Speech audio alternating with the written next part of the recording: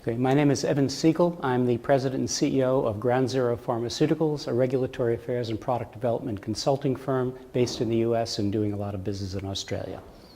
Right, and what was the purpose of your presentation today? What was the focus of it?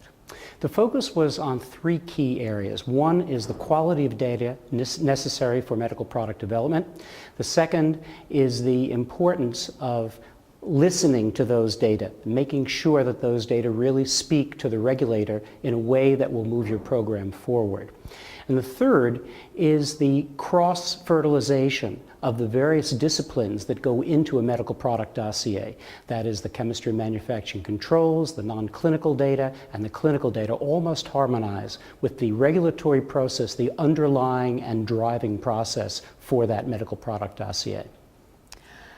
One of the key focuses of questions coming from the floor was on training and skilling of appropriate staff for the regulatory affairs area. What's your advice from your background to Australian and ARCS members wanting to get into the area?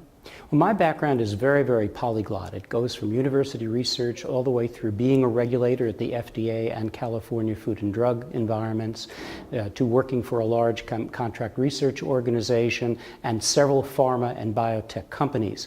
I think that cross-fertilization across different types of environments are very important for building an important component of regulatory experience. It's not required in all instances, but it really helps. A lot of regulatory people come from the clinical background, a few of them come from a legal background, others come from the laboratory background, and all of those backgrounds can be important in building a regulatory capability, but I think that learning in a number of different environments is very important. The practical aspect of training for regulatory affairs beyond the university environment, beyond a short practicum within a company that develops medical products. The importance of building on that and really diving into the regulatory process as much as possible within an environment that has a practical orientation. Uni research is very important. The uni environment is very, very important.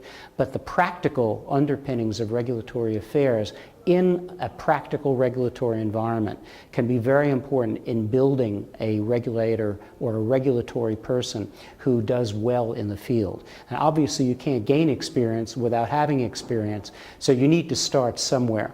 But coming out of the uni, spending half a year in a company and then coming out as a fully fledged regulatory person does not occur in any global environment. Right, okay. And you were, I understand, the third of the three speakers in your session. What did you take from your speakers, the speakers that came ahead of you, and what do you think was the overall message for those in the audience? I was struck by the very human nature of the presenters and their presentations from the point of view of big corporations getting down into the nitty-gritty of creating an appropriate regulatory environment and creating a regulator who can really make the product development move forward.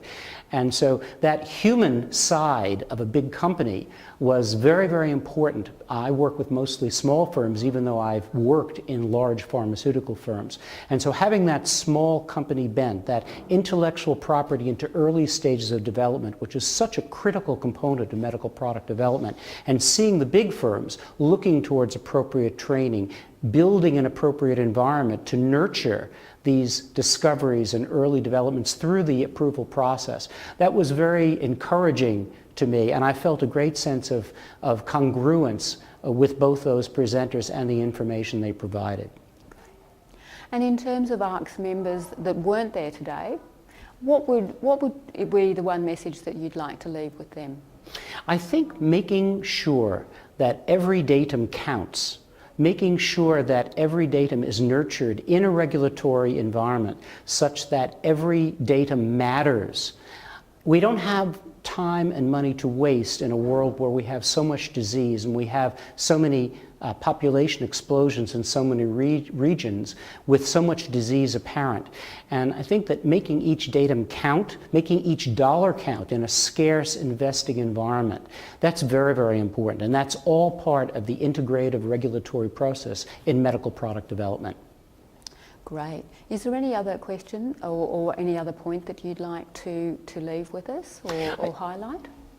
I think it's important to recognize that no one environment is the appropriate environment for developing products or getting products approved. That we're in a global environment, we're in a world where disease and difficulty continue to exist, and that we should avoid cross-regional conflict and cross-regional comparisons to too great an extent, that we should really make sure that we're working together in harmony to, again, make use of the resources we have, to make use of the funding that we have, and to benefit the ultimate beneficiary of what we do, and that is the patient and the healthcare provider who takes care of him.